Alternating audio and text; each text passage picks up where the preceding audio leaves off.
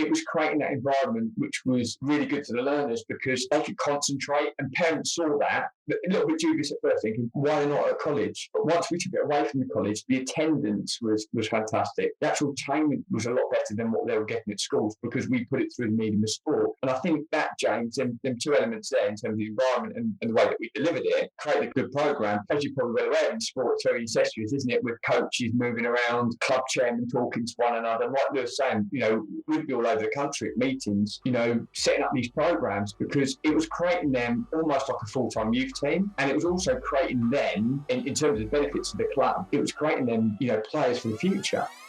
From Coordinate Sport, it's the Drive Phase, a show about sports founders, leaders and experts and the stories behind their business journeys. Our guests on this episode are Lewis Fields and Steve Franks, founders of SCL Group. They've gone from teammates on the football pitch to leading one of the most successful sports education companies in the UK together. Their motivation was to create a business from something they were both passionate about, football. In over 20 years, they've produced a brand that is trusted by parents, schools, colleges, and most importantly, young people. With over 15,000 graduating from their courses, we hear the story behind their success and their views on the sector at large. So get a pen and paper ready to take notes from pioneering, high-performing leaders. Enjoy the show.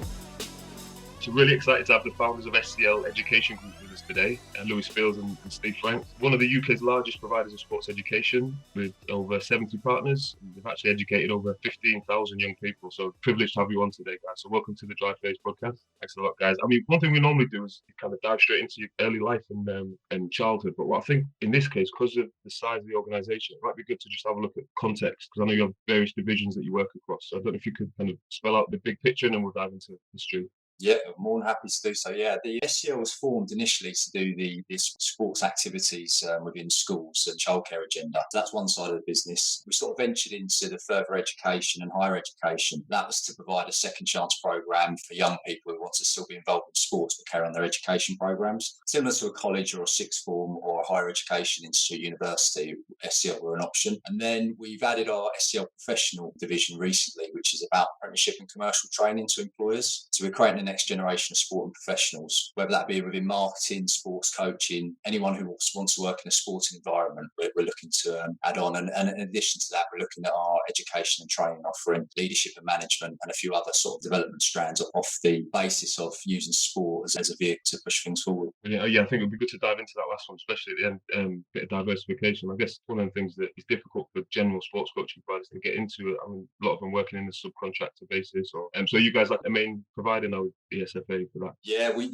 been there, done it. We started as a small provider, and we had a sort of vision of helping young people who progressed from pupil referral units. We used to work in there and saw the impact that sport would have on these young people. So we started working with like sixth form schools and just delivering in-house programs where we were delivering MVQ in sports coaching and had some technical qualifications on, which used to be the FA level 1 and level 2 coaching badges. Had some fantastic success to the people who sort of developed from there, and it was almost creating your next generation of your workforce as well, because a lot of those young people, we give part-time work into our sports coaching sector. So that's how the sort of passion come. And the second passion was one of Steve and I's. We've seen so many people, young people who just love sport, maybe rejected at the age of 15, 16, didn't quite make an apprenticeship or YTS or scholarship program, and thinking, what do I want to do? So we created these second chance and community programs of all our fantastic partners up and down the country. And that's progressed from football to cricket to rugby to other sports as well. So we started as a subcontractor working in a school. Then we started delivering off premises and using the sports partners' education facilities where we could go in to deliver. So it was an all-encompassed program, which is a fantastic environment for the young person to be educated and inspired and motivated, and to also continue their sporting sort of enrichment or sporting journey, whether that be football, rugby or cricket. It was only about sort of 2-3 years ago that we got a direct contract with the government to deliver,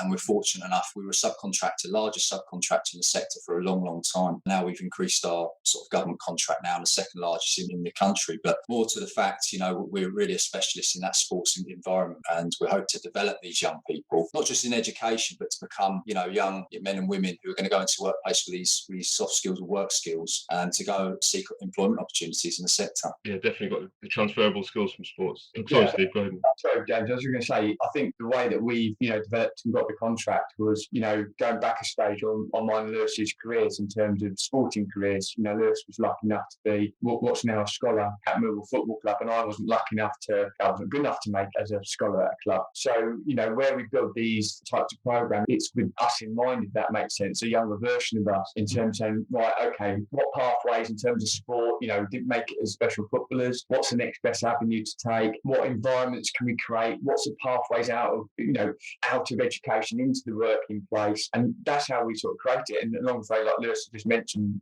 we were lucky enough to get our own direct contract, and it's just snowballed from there, to be fair. Definitely, we're definitely going to come back and circle back onto that one in terms of how that came about. I guess if I can take you back, and hopefully it's not too far back, but to your kind of experience in school, so primary school, secondary school, how was it for you coming up, and what's your background? Education-wise in the schools? Yeah, education-wise, your background. Yeah, whereabouts you born and raised? You know why Steve and I are sort of hesitate on that, because we're both awful at school. So, was it?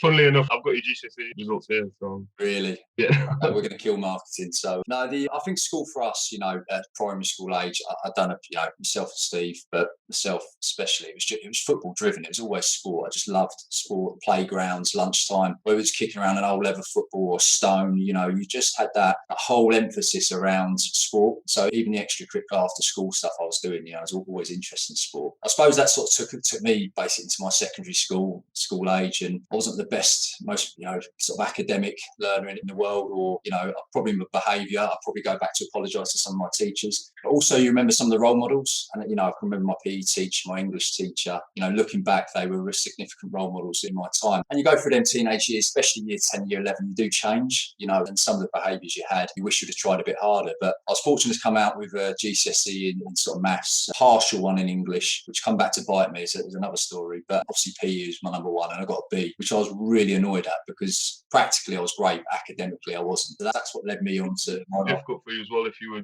on the track to become a pro footballer, maybe keeping you concentrated on academics as well, if you not miss that on.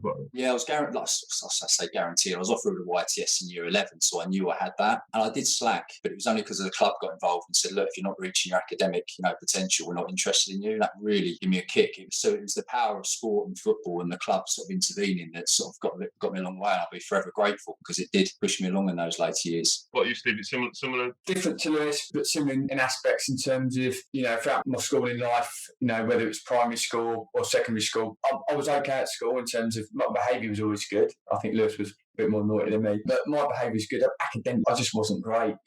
Exams didn't suit me. I was more, an evidence portfolio-based builder type learner. But I was always on the football field, like Lewis. I was always playing, always wanting, to have more time outside than inside. Always looking out when I was in the classroom, looking out in the school field, seeing I'd love to be out there playing football or doing any sports. I love sports in general. But unlike Lewis, I wasn't lucky enough to be offered a YT at the club that I was at. So next thought was, where you've been kicked in the teeth a little bit by football, education isn't great. What college courses was going to go on? And to be honest, I just picked a sports course because it had sports in it. It was leisure and tourism and didn't have a lot of sports context in there. But it was that college life, and also playing non-league football at the same time probably kept me grounded, And like Lewis said, the sports, growing up in sports keeps you disciplined, gives you a lot of life skills or soft life skills, which, we look at embedding in our, in our courses and our programs today. But when I was at a non-league club, I actually fell into coaching. I didn't realise, I'd done my coaching badges at a non-league football club, and I managed to work my way up in terms of working at 3 professional football clubs on a part-time basis while working and then running the business with Lewis. And I got my top coaching badge, which is the A licence. So I combined my passion for football and coaching, which I really enjoyed. I love teaching the young kids and coaching the young people that hopefully can make professionals, combined with education and sport that you love. In terms of, I know the clubs, obviously mentioned Lewis being at Millwall. You're both from London. I know you're not school friends, but you both grew up in the same area. Is that right? Not far away, did you? You were, I'm sort of Farnham based and Lou's over in Farnborough. Yeah, I moved into sort of Bermondsey way, Bromley, Bermondsey, where our digs were at the time. But yeah, we're sort of local lads around the Hampshire area. But we met at the age of 20, really, at non-league football. Again, sort of fate throws you through. After you've been rejected at football, I just got rejected a bit later than Steve, really. The way that fate throws you together. So going back to that time in non-league, as you said, Steve, you got into coaching, and I suppose getting the A is quite an achievement, right? It's got invitation only, is that right? Yeah, it's a great achievement. It's one of the top ones to get your top coaching badge. I worked hard to do that, but it really helped in terms of what me and Lewis were doing, because we were running, like Lewis just mentioned, with the post-16 education programs, what we're running in the non-league clubs. It enabled me to enhance my coaching the learners.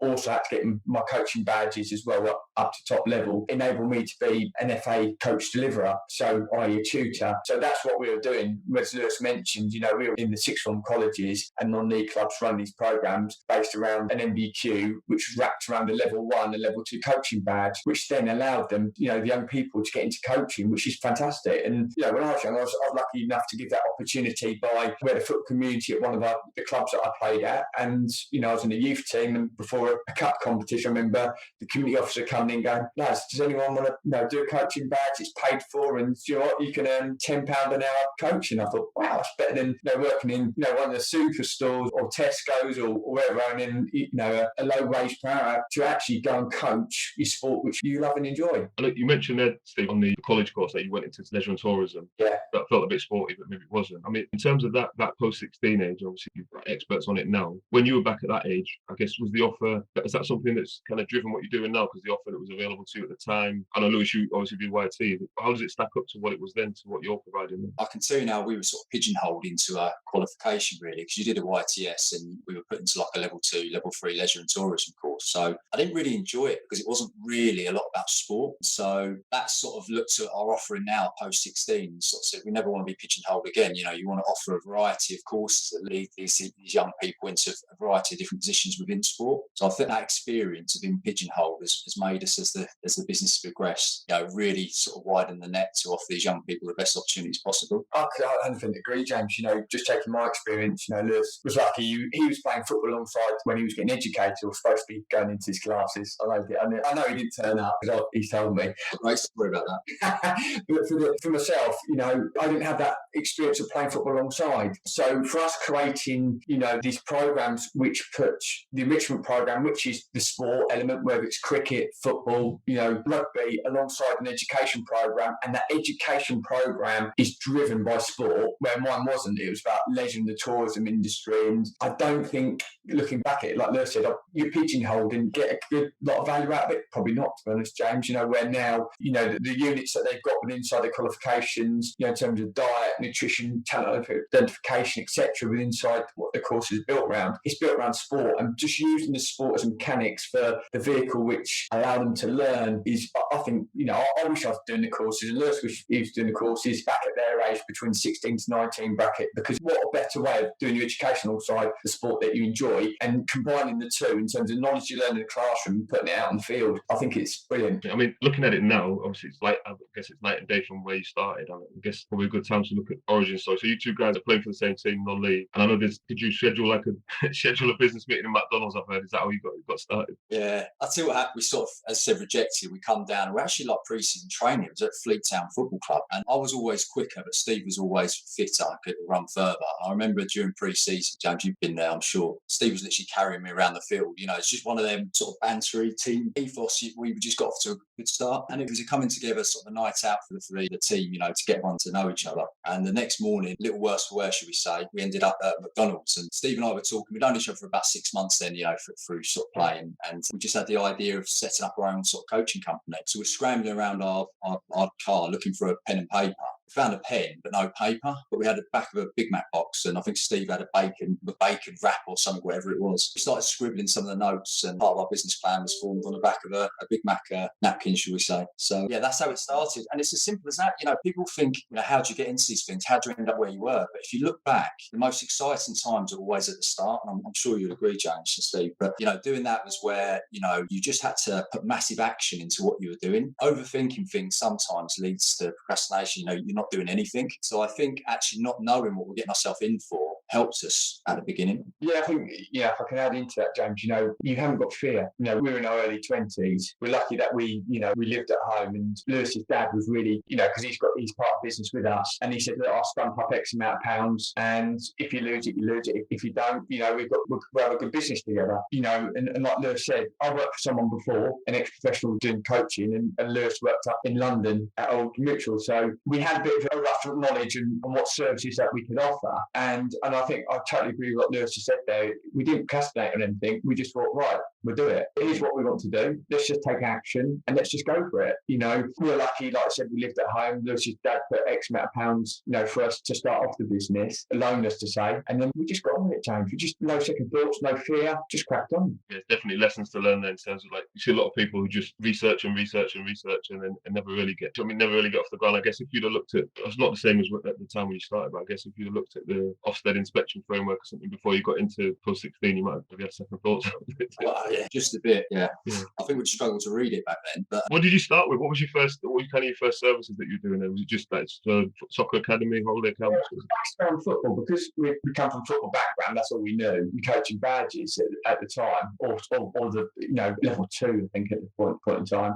All we looked around was after school clubs, team coaching, and there was a lunchtime coach. I mean, the services now have grown. That was term time. I mean, as long as we had 5, after school clubs, 5 lunchtime clubs, and 5 team coach, actually 6 team coaching sessions. Should we done one on Saturday morning before we played ourselves? We thought, we'd be okay financially. We could run the business. We also done holiday courses, soccer camps as they were called back then. So we knew if we'd done one of them each holiday, we should be fine. And we didn't really write any sort of financials down. We just put the service and we just got on with it. It's almost looking at, like Lewis, the, I guess, break even of everything, right? So if I could do all this with break even, after that, I'm good, and then go from there. And it wasn't as though like we had to go and get an accountant come and the financial director come years down the line. It was more like let's write on an Excel spreadsheet what the costs are, what our income is, and try and keep your costs, tight, your overheads tight, whether you can start something at home, whether you need an office these days, there's a big thing to look at, but it's trying to keep that as tight as possible and just looking at the income and just, trying to make a margin on that so you can continue. But back then, you remember, if you start the business, it was a lifestyle business. It was something you loved doing and enjoyed doing. You were paid to do it. And then they would go through a phase, in the business where you start employing people, and you employ over 10, you might as well have 100, so to say. So then it gets to that point where, you have to structure things a bit more. But at the start, it was all about passion, people joining your journey, and they enjoyed the journey you were on. It was almost like being in a team,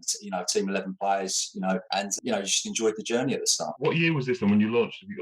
Yes, it was 1999, and it was strange because when we started the business, the thought concept was, look, it's a lifestyle business. We want to go out and coach in America. So that's the reason S for SCL stands for soccer, because you just wouldn't call it back then. It would be football. Even now, people soccer. No, this is football. So we tried to have the American, but we called it Soccer Coaching International. And the I, and you had the ball at the top with the person kicking the ball, the I, the dot, should we say. But then someone told us you have to operate in a couple of countries. They're called international. We weren't even in 2 counties, let alone 2 countries. So literally, it was as simple as that. The designer said, look, just call it Soccer Coaching. And he put an L by it for limited. Worst name ever. But the brand then appeared as it was just shortened to SCL, and that's how we've become known. Yeah, I was curious on that because I always thought it was sports coaching.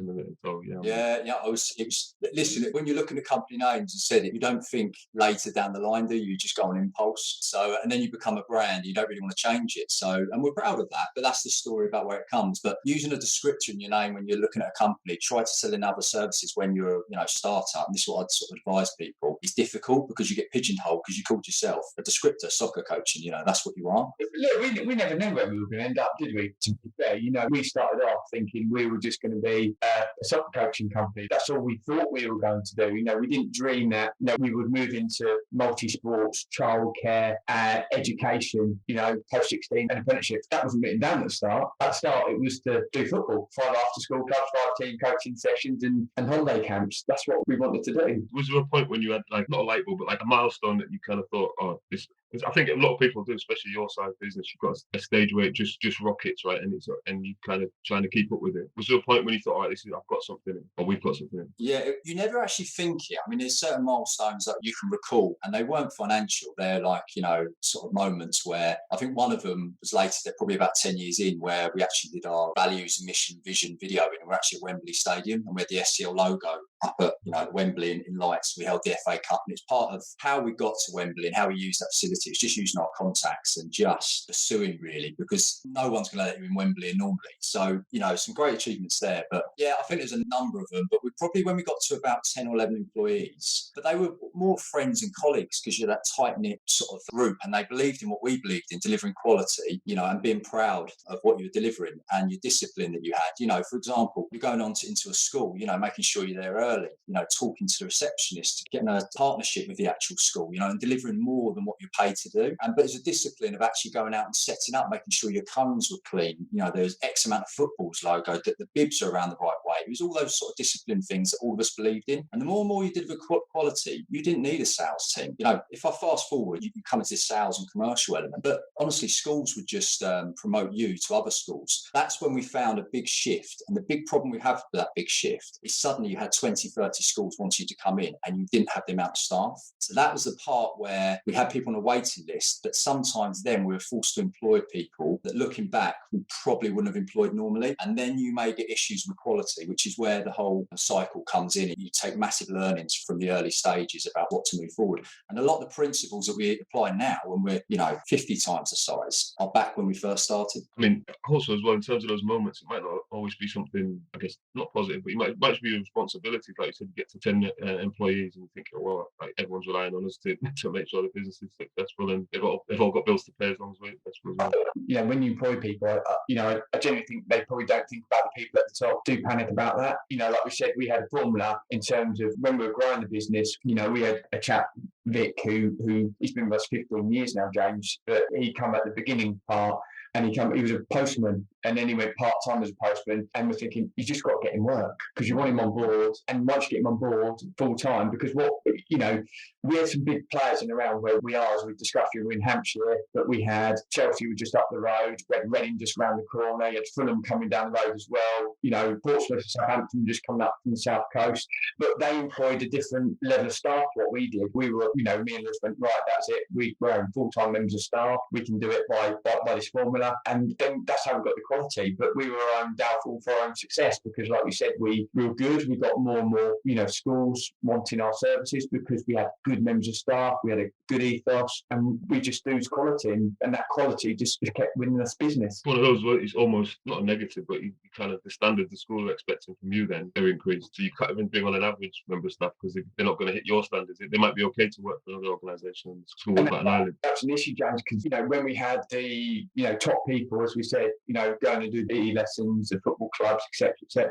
When you brought someone in to replace you to go on and do another school, that school wouldn't want it. So we always kept the continuity of, once you're in the school, you stayed in that school. The new schools we come on, we thought new members of staff, because that way, like you're saying, if you had your top person in there, then they'd be asking for Steve every week. Yeah, I want Steve or Lewis back.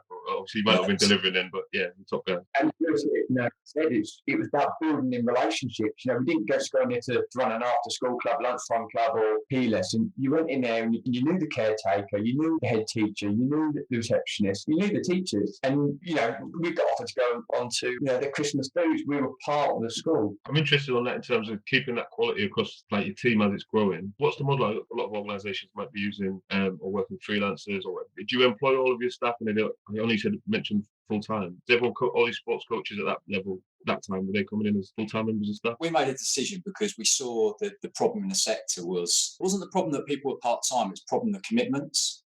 For example, for an hour's work, perhaps they had something else going on, whether personally or job-wise, and people would let schools down if they didn't turn up. You imagine letting 20 kids, 40 kids down, and the teachers and the hassle that puts on them. So we said, no, we're going to employ full-time and then just fill those hours. But the people we came out had the same ethos, but then you get to the point where you want to do the quality assurance checks on there as well. But when you're all working full time at the same hours, the same slots, it was very difficult. So I think it's only as you grow bigger and you could take yourself out that you could go to these schools and have a look at the standard of coaching. You could talk to the schools themselves. But I said we were very lucky. We just employed very good people who were naturally good at what they did. We didn't have a quality assurance process in place for the first, would you say, Lou, for about 6 to 7 years? Because, like Lewis mentioned, we had good members of staff. And what we did have is when we had the college student students come through that were on our 2-year college programme, they're educated like people like myself and Lewis. So what they do is they'd come along with another full-time member of staff and at that school, and that young person then would get upskilled. It was equivalent to an apprenticeship. It was brilliant. That young person coming out as a coach wasn't an 18, 19-year-old. They're coming out with an experience like a 24, 25-year-old. Because when we were doing it at sixth form colleges, they're working with the year 7 to year 10s, I think, got to year 11s. And then they'll come out into the workplace with us and work from anywhere from your reception kids up to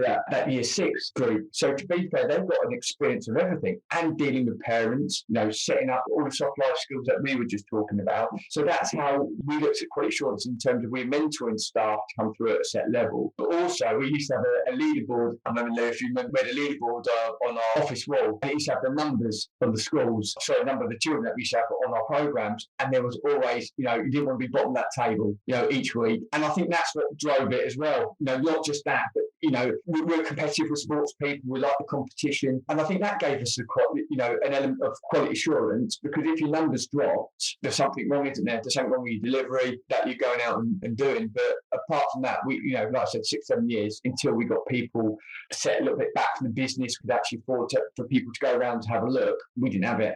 I mean, that growing your own stuff is always, I guess, key if you can do it, because they're getting the culture right from the start. And I guess when you've got that tight knit culture that you're talking about, it's probably difficult to bring someone in. And there's a question to ask: as you're growing, there must have been an opportunity or you've grown and you need to employ someone coming in as a full-time member of staff without any background in the organisation. That might be difficult. I don't know if it's difficult for them to get along with the standards or understand how it works. And did that work out? Yeah, it was cultural. What you found is, like, mentoring your own staff, like I said, in this education program where these 16 to 18-year-olds were doing a course full-time on coaching and then coming into the workplace and getting paid part-time. So they were getting the mentoring in the workplace and, if you like, the theoretical and the practice of coaching. And they knew our ethos, our culture, our standards, our discipline. And they grew, because of that age, they grew into a mini us, if that made sense. They had the same sort of ethos. When you brought people in from outside, regardless of their coaching qualifications and their experience, it's if they could apply it in the school environment. They can maybe apply it at a professional club, but could they come in to be almost like a child activity professional, and an entertainer? So that was difficult when you brought people in externally who hadn't been part of your culture for a period of time. And that's, I think, the first time when we noticed where cultural things would change. I think, was there ever a time, I know we have a lot of our previous guests that might have gone into franchising or made the decision not to. Was there ever a time where you considered franchising to scale? We did look at it. I think the fear factor that we had was, someone could take your name and go to a different part of the country and then ruin it, do something they're not supposed to do, and then it would affect us. And we always thought, power's in our hands and control's in our hands if we do it ourselves. I mean, there's lots of good franchising models out there. And also, it's a very easy model to go on your own anyway, isn't it? Let's be fair, if you have a bag of footballs, some bibs and cones, you can go off on your own. When you franchise, you've got to have something special, haven't you? Like the McDonald's, you've got to have that, either that brand or some sort of really good product that you can franchise. I think just to add to that, I think along our journey, you meet people, and I think the franchise model, as I said, we didn't have the processes, systems, people in place to go against that. Because you own your own business, we're quite guarded of our badge, if you like, and what we were doing, and quite protective. So I think our thought process was that scared us going into the franchising model. I've seen some great companies done it very successfully. So I think you've got to find your niche, and our niche was somewhere else away from franchising. I guess if, like you said, going 6-7 years without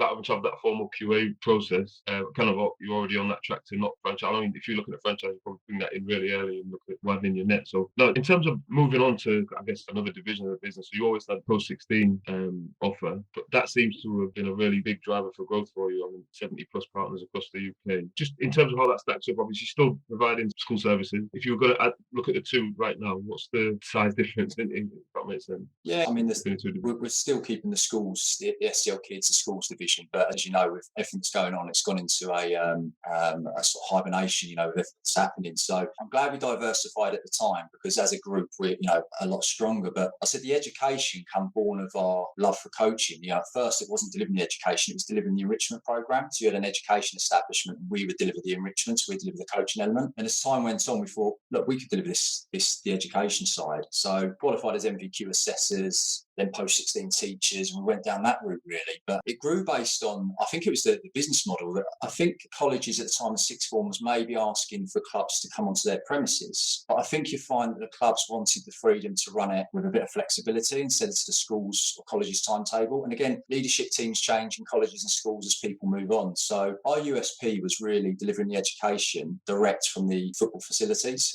providing they're of standard. And I think the clubs like that model. I said we were probably held back of our growth during the early days just because of our subcontracting position.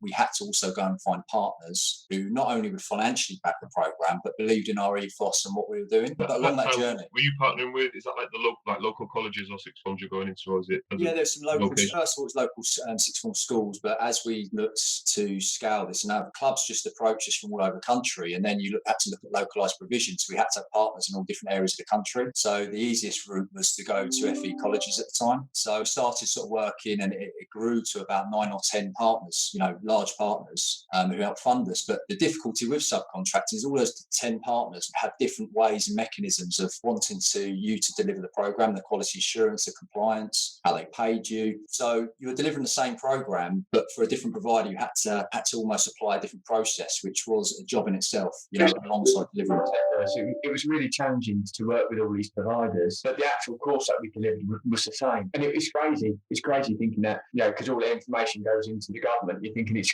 there should be one, like one enrolment form, etc. But there's not, one process being paid. There's not, yet you were juggling, and Lewis had the good job of dealing with the colleges. I was on the delivery side, so I'm assuming it was all paper-based as well, is that right? Thousands of pieces of it. Yeah, no systems back then. And also, but the one thing I would say about working, if anyone's thinking of becoming a subcontractor, the lessons you learn through these colleges and through these main providers is priceless, because they will help you and develop you, because, a lot of these people are outstanding or good providers who've been doing this for a number of years. So the stuff that we've learned along the way, I'm glad we've gone down that path as well. And the mistakes we've made, look, we're not frightened to say the mistakes that we've made, and having somebody alongside you, like a partner, to help support you. I think it's vital, James, if you want to get on within any industry or in any sector, your learnings are really important. And you touched on the kind of sales and commercial side of things previously. As you were scaling, obviously, was it a bit like the school? So you're doing a good job, and then you said you start getting flooded with enquiries from other clubs. Is that how it works, or did you have to literally go out with this process? It was, James. It's very similar in terms of we were delivering something that was very new in terms of we weren't teachers. We come from sports coaching backgrounds and playing backgrounds into the education world. You don't usually have that. And then when we moved away from the colleges from the sixth form college into the clubs and running out of the club premises, it was creating that environment which was really good to the learners, because they could concentrate, and parents saw that. A little bit dubious at first, thinking, why not at college? But once we took it away from the college, the attendance was fantastic. The actual training was a lot better than what they were getting at schools, because we put it through the medium of sport. And I think that, James, them two elements there in terms of the environment and the way that we delivered it, created a good program. As you probably well aware, in sport, it's very incestuous, isn't it? With coaches moving around, club chairmen talking to one another. And like they were saying, we'd be all over the country at meetings, setting up these programs, because it was creating them almost like a full-time youth team. And it was also creating them, in terms of the benefits of the club, it was creating them, players for the future. For us, we were developing young people, not just to go into football, but to go out to the States, do scholarships in football, into employment, or into higher education. So we had a whole plethora of exit strategies even back then, which a lot of parents go, wow, this is different. A little bit nervous, but it's different. And the successes that we had were fantastic. And I know a few years back, Lewis, might be yours if you're working with the colleges, this one. A few years back, obviously, programs similar to yourselves. I guess there's been some horror stories, there's been some bad providers. Like in every industry, there's always some bad providers. And we can see, talking to you, qualities through everything you're doing. So I guess my question would be, how did you deal with that? Because obviously there's maybe tarnished reputation of the format, of course, rather than what you're providing. You're going to get every tagged with the same brush as some of these. Yeah, it was. I remember two examples. Awful, because it wasn't just back page news; it was front page news. Relevant to sport, and sometimes it was even in sectors that weren't related to sport. They might be sponsoring a sports-based, institute. So you're always fighting against that. But I think what the need was, we were transparent with everything we were doing, and I think eventually, if you're delivering quality, the spotlight will come on it. But sometimes you have to go through that phase where the quality isn't where it needs to be, and we're we've made mistakes. And I can remember one year in particular, we just said we need to change this, because sometimes you grow too quickly and the infrastructure is not there, but you have to go for these businesses, make these mistakes to come out the other side. And you have to go back to your roots of delivering. And you've just got to think of the student, if that was your son, daughter, brother, sister, whoever it may be, and they were on the course, would you be proud or not? I think that regardless of any Ofsted compliance, anything that comes in, that's the view we take on that personal touch, really. Because now obviously outstanding provider, most recently was outstanding, you graded outstanding in your last inspection, so I guess you're almost flying the flag for the sector. Yeah, it's changed now, but with our kids' activities, we've had a number, because they get Ofsted per venue, so we had a number of outstandings, but also we've had a unsatisfactory, which really, if any, people are looking to run business at the moment, and you've made mistakes like that, you'll realise, you think, right, we're either going to continue down this path, or we've got to make a stand now and change things. So sometimes you need that blip in the road to sort of move you forward. So lights on that. But no, for education, we've had an interim visit, which was, really good, but waiting for our full inspection, which won't be long. We welcome, and the stuff that we're delivering and the outcomes we've got for these young people, we're hoping for a great grade. So looking forward, I'm sure you're still getting inquiries from providers up and down the country, but in terms of partnerships, is there anything that, I know you've kind of diversified into rugby, cricket, is there any other areas you're looking at getting into, or I guess what's the vision for the education side 5, 10 years out? Yeah, listen, you can see it all at the moment. Like, it's not just physical sport, it's, online sport. The esports would probably be a big marketplace for us, but also diversifying the qualification type that we offer within that sports environment. Because some people would like to, entrepreneurship, go into, create their own business. We're adding those elements as well. The digital space is going to be huge. So we will stick to our sort of core, which would be sport. I think that's our niche, and to diversify too much would be a mistake. But we will be looking at the TLevels that are coming out at the moment. Sport will stay as a level 2, level 3 agenda through the study program as it stands, but the TLevel options, whether it be business, education and childcare, which would be a perfect natural progression. There's not a specific sport TLevel, is there, at the moment? Have I got that? No, and at the that's moment, an issue, right, for you guys? Yeah, it is an issue. It isn't really. It aligns to the apprenticeship standards as well, and so they've got to see if sport can align. But speaking to Simsford, the Chartered Institute, at the moment that's not a pathway they like to go. So they're flying the flag, and if you look at it for the level 2 and level 3 sort of vocational offering, whether it be a BTEC, an NCFE program, those programs are still, of high regard, and especially the work experience, and especially the outcomes. Where these young people go in, regardless of their qualification outcome, where is their employment, higher education, sort of outcome? And what I like about the new white paper that's been released, it's all about the employer. So it's about getting these young people into employment, because eventually, whether they go on to a degree, that's where they want to end up. So that's what will be our big focus moving forward. And in terms of SCL, obviously hugely successful and totally different from where you were when you first started. And like you said, probably wasn't planned out to go down the route you have, and you found opportunities and took them along the way. What would you say is your kind of outstanding achievement over the years? The one that sticks in my mind was actually that you look back on, and it's things like money couldn't buy this type of approach. We've had a young person on our course at the age of 4 in our kids activities program. Has gone to our Saturday morning, has gone to our holiday camps, has then progressed to secondary school where they come and work experience with us, then attended one of our study programs, 16 to 18 college programs, become an apprentice in the business, become a full-time employee, and become a manager in the business. And when you look back at what you're trying to do and achieve for young people, and to see them have the whole journey throughout the group, that was probably my number one sort of outstanding experience that sits in my mind from business. There's loads. I can put it down to one. I think in terms of greatest sort of achievements is myself and Lewis creating a business that people can come in and be a sporting professional, and, like as mentioned, you see these people grow up, you get to know them, you get to know their families, they get married, they have kids. So our work life is like our personal life, if that makes sense. So in terms of achievements, it's just that seeing all these people get involved in sport and earn a living from sport, which is success for myself and Lewis. And what would be, I guess, it's a difficult question to ask now with what's going on pandemic-wise, etc. But in terms of, maybe not including this, but in terms of your biggest challenge you've had to overcome, was there ever, like, obviously we're all entrepreneurs, there's dark days, cash flow, etc. Was there ever a time that you can remember where you had to really dig deep to get out of it? Yeah, at the start, Steve mentioned taking a loan from my dad, but it was always our priority to pay that back. And I remember them days, and I was working, from 4 a.m. till 10 a.m. at a post office, coming back, then doing your coaching, because there wasn't enough of work to keep you going.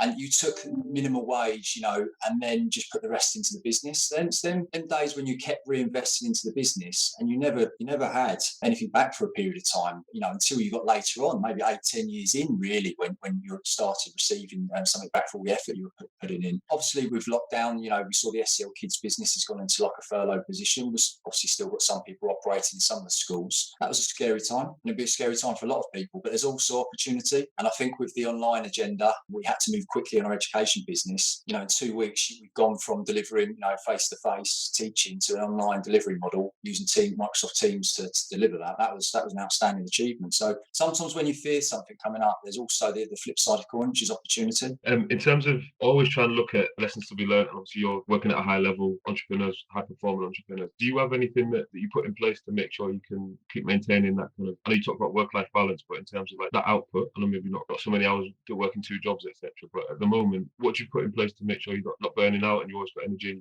you know what? At the start, you would work 24/7, 365, and also your teammates alongside you, like Steve. You wouldn't want to have a rest because you thought you're letting him down and the other people working in your business. But you come to realise that you've got to give massive effort and use your time wisely. But also sometimes you can burn out, or not burn out, but you could spend hours, a day. You could spend 12, 14 hours a day. But how productive are you in those hours? So I think the best thing is to find something that you can switch off. And I think if you love what you do, it becomes your personal and work-life balance there. So I think there's protected time, whether it's for the kids, the family, that you've got to allow for, and that has to fit in with your needs, really. But I think starting off, it's like anything. If you want it in life, you really want to run a business, you want it to be successful, you want to make an impact in the communities you serve, you've got to put your whole effort into that. Yeah, I agree with Lewis, James, in terms of, I think it depends on the point you are in your career. If you're starting out, starting off a business, my advice would be, say something to Lewis, do something that you're passionate about, because you don't see the hours as hard graft. Like Lewis mentioned, we were working 7 days a week. We were doing everything from,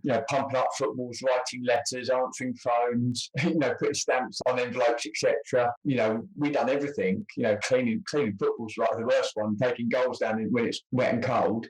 But, we would do that 24/7, 7 days a week, because we wanted to be good at what we done. But as you get older and you go through your working life, Lewis is right, when you start having kids and you start having other things, then you start to get a little bit more jaded and burnt out. And I think that would be my advice, is same as Lewis, is get something else you're interested in that can take you a little bit away from your work. I mean, the one big thing I would suggest to people who are starting up business is, I've done it with my best mate. I've done it with a good friend of mine, that we can bounce off ideas. When you talk about them highs and them lows, you go through it together. When you go through it on your own, it's I haven't been through it, but I can't imagine. I've just spoken to people that are busy on their own, but to share a really good high with somebody, it's like scoring a goal and you celebrate with your teammates. When you've conceded a goal, you look around, you say, right, come on, you get together, you have a camaraderie and go again. So I think having a business partner or surround yourself with great people is definitely the way to go. You can't do it on your own. And do you think you guys, in terms of the partnership, is it one of you's better at certain aspects and the other better at others, or is that why you think you work well together, or is it that you clash a lot and there's a lot of fights in the boardroom? I think the characters of us, we're just,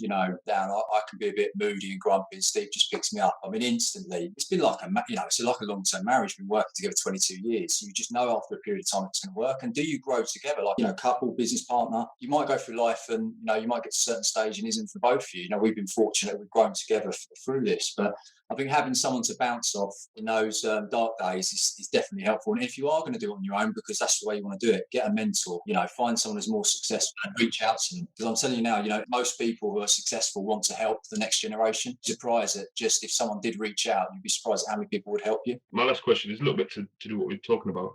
For you guys, if you could go back to when you first started, to early 20s, 21, 22 years old, you could go back and give yourself some advice at that point, what would it be? Everything's going to work out okay, because you worry. There's stress and worry you have, and you're worrying about future things that may or may not happen, and all that worry tends to lead to nothing in the end anyway. So I'd say enjoy the journey, because those days are the best days. I look back now and I look back at those years and think, you just puts a big smile on your face, really. So enjoy the journey. There's never going to be perfection, even though you're going to strive for it. So don't worry about that. And yeah, I just think it's enjoying the journey, not so much getting to the goal. Because once you get to the goal, you're thinking, oh, is that it? And you're going to set yourself up goals. So just enjoy it along the way. Totally agree with what Lewis says. Enjoy the journey, act, don't procrastinate, act on it. And I think celebrate your successes.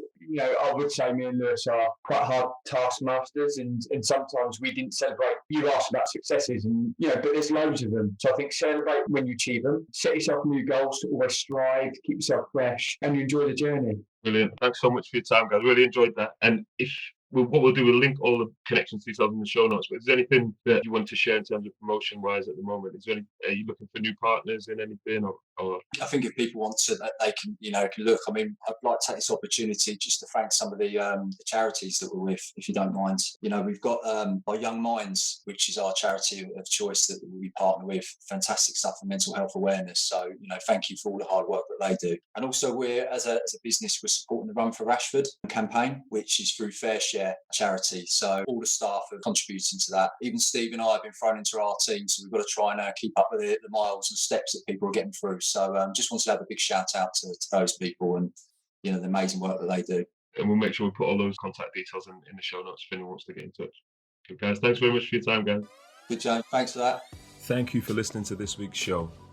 You can subscribe anywhere you get your podcasts. If you'd like to get in touch with us, you can write to us at dryphase.podcast@coordinate.cloud, tweet us at coordinatesport, or follow us on Instagram at coordinate_sports, or on my account at James_ventures. This episode was produced by Nancy Kwamboka, with support from Claire Goodchild and Lola Small, with special thanks to Rochelle. I'm James Moore, and you've been listening to The Drive Phase from Coordinate Sport.